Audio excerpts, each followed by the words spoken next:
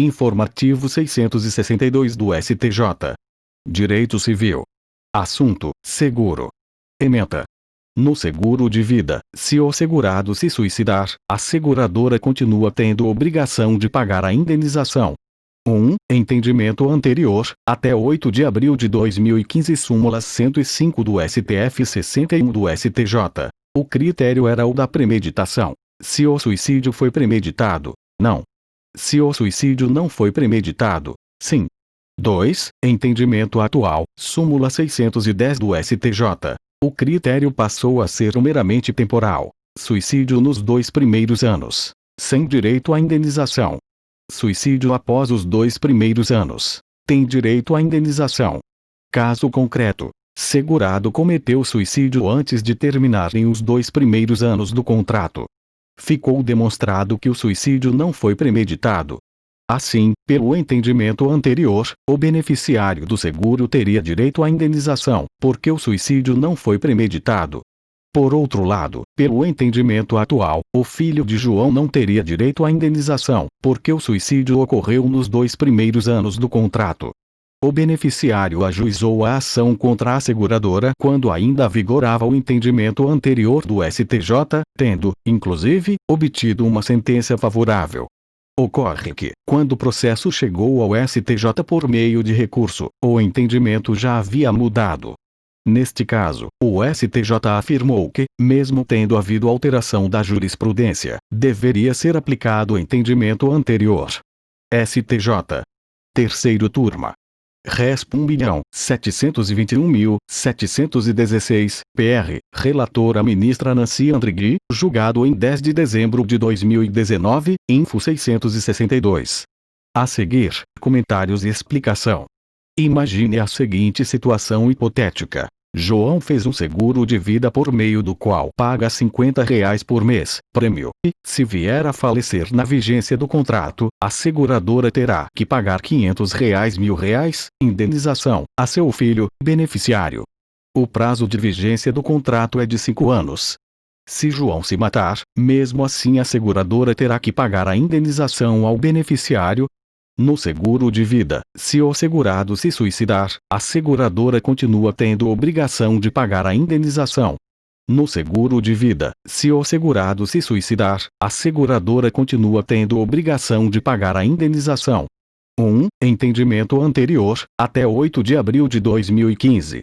Súmula 105 do STF 61 do STJ. O critério era o da premeditação. Se o suicídio foi premeditado, não se o suicídio não foi premeditado, sim para fins de contrato de seguro. Suicídio premeditado é aquele no qual o segurado já faz o seguro de vida pensando na ideia de se suicidar para deixar a indenização para o beneficiário.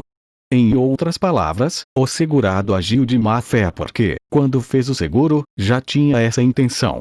Suicídio não premeditado é aquele no qual o segurado, quando assinou o contrato, não tinha a intenção de se matar, tendo a vontade surgido posteriormente. Súmula 105, STF. Salvo se tiver havido premeditação, o suicídio do segurado no período contratual de carência não exime o segurador do pagamento do seguro. Súmula 61, STJ. O seguro de vida cobre o suicídio não premeditado. 2. Entendimento atual. Súmula 610 do STJ. O critério passou a ser meramente temporal. Suicídio nos 2 primeiros anos, sem direito à indenização.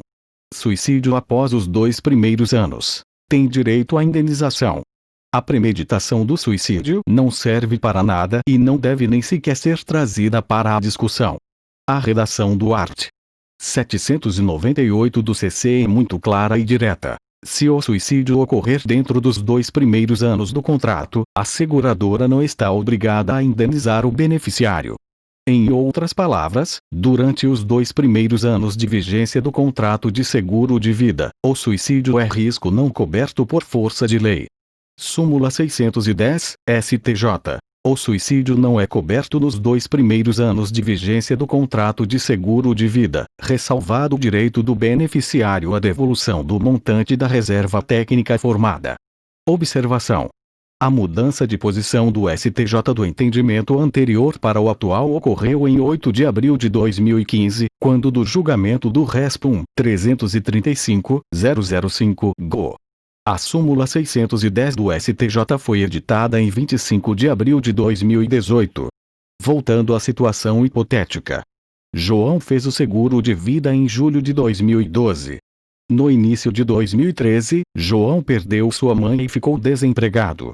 Tais fatos desencadearam nele um quadro de grave depressão. No final de 2013, João suicidou-se. A seguradora recusou-se a pagar a indenização. Diante disso, Pedro, filho de João, ajuizou ação de cobrança contra a seguradora. Em junho de 2014, o juiz julgou o pedido procedente, condenando a seguradora a pagar a indenização. O magistrado fundamentou sua sentença no entendimento anterior do STJ, que vigorava na época. Assim, o juiz analisou o caso com base no critério da premeditação e afirmou que a sucessão de fatos indica que o suicídio de João não foi premeditado, ou seja, quando ele celebrou o contrato, sua intenção não era a de se suicidar. Logo, o pagamento da indenização seria devido. O Tribunal de Justiça manteve a sentença. A seguradora interpôs, então, recurso especial. Antes que o RESP fosse julgado, o entendimento do STJ mudou e o critério passou a ser o temporal. Assim, temos o seguinte cenário. Pelo entendimento anterior, o filho de João teria direito à indenização, porque o suicídio não foi premeditado. Pelo entendimento atual, o filho de João não teria direito à indenização, porque o suicídio ocorreu nos 2 primeiros anos do contrato. Em um caso semelhante a esse, qual foi a decisão do STJ? Deverá ser aplicado o antigo ou o atual entendimento. O antigo. Como o suicídio ocorreu na vigência do entendimento anterior, deverá ser aplicada a posição anterior da jurisprudência, ou seja, o critério da premeditação previsto nas súmulas 105 do STF e 61 do STJ. Para o STJ, deve ser feita a modulação dos efeitos do novo entendimento, manifestado na súmula 610, de forma que essa nova posição não retroage para alcançar suicídios ocorridos antes de seu início. Superação prospectiva da jurisprudência. A nova orientação jurisprudencial não pode ser aplicada retroativamente, ou seja, não pode incidir para os litígios surgidos antes de sua definição. Aplica-se aqui a doutrina da superação prospectiva da jurisprudência, em inglês, denominada de doutrina da prospective overruling, ou, ainda, chamada simplesmente de modulação dos efeitos.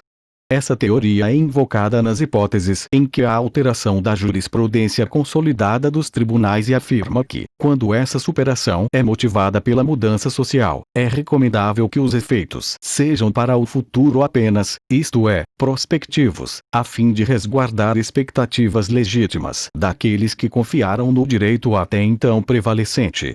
A teoria da superação prospectiva tem a finalidade de proteger a confiança dos jurisdicionados nas orientações exaradas pelo tribunal. O CPC-2015 previu, como uma de suas grandes novidades, a previsão de precedentes obrigatórios e a superação prospectiva dos precedentes.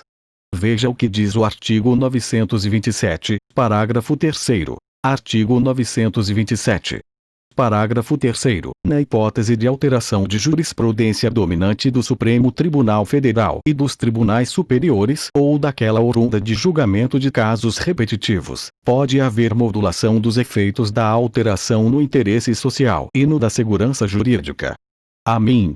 Nancy Andrighi explica, então, que o CPC-2015 se funda nos princípios de equilíbrio, instituindo parâmetros à atividade dos juízes e tribunais, pautados pela previsibilidade de suas manifestações. Trata-se de aproximação ao sistema da common law, ou direito costumeiro, regido pelo princípio do stare decisis, no qual o precedente, por ser a mais importante fonte do direito, deve ser respeitado nos casos supervenientes. O propósito maior é garantir a isonomia de ordem material, a partir da qual questões semelhantes devem receber respostas equivalentes, na medida de suas desigualdades, e a proteção da confiança e da expectativa legítima do jurisdicionado, fornecendo-lhe um modelo seguro de conduta de modo a tornar previsíveis as consequências de seus atos. Modulação de efeitos.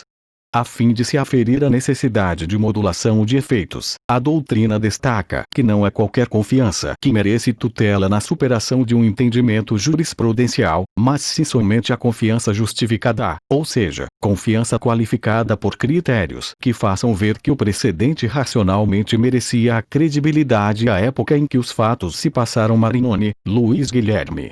In. Vandier, Teresa Arruda Alvim, et. K.L. Breves comentários ao novo Código de Processo Civil. Segundo ed. São Paulo. Revista dos Tribunais, 2016, pp.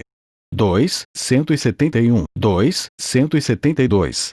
Se for verificada a existência de jurisprudência qualificada pela confiança criada nos jurisdicionados, a modulação dos efeitos da alteração de entendimento somente deve ser permitida se atender ao interesse social, o que é averiguado pela ponderação entre os princípios fundamentais afetados e aos efeitos que podem decorrer da adoção imediata da orientação mais recente. A modulação de efeitos deve, portanto, ser utilizada com parcimônia, de forma excepcional e em hipóteses específicas, em que o entendimento superado tiver sido efetivamente capaz de gerar uma expectativa legítima de atuação nos jurisdicionados e, ainda, ou exigir o interesse social envolvido. No caso concreto, o STJ entendeu que houve uma traumática alteração de entendimento da Corte, o que não pode ocasionar prejuízos para a parte, cuja demanda já havia sido julgada procedente em primeiro grau de jurisdição de acordo com a jurisprudência anterior do STJ. Em suma, é cabível a modulação dos efeitos do entendimento da súmula 610 do STJ no caso de suicídio que tenha ocorrido ainda na vigência do entendimento anterior, previsto na súmula 105 do STF 61 do STJ. STJ. Terceiro turma. Res. 1.721.716, PR, relatora ministra Nancy Andrighi, julgado em 10 de dezembro de 2019, informativo 662. Fim. Deixe o curtir no vídeo. Comente. Se inscreva, e ative o sininho de futuras publicações. Bons estudos!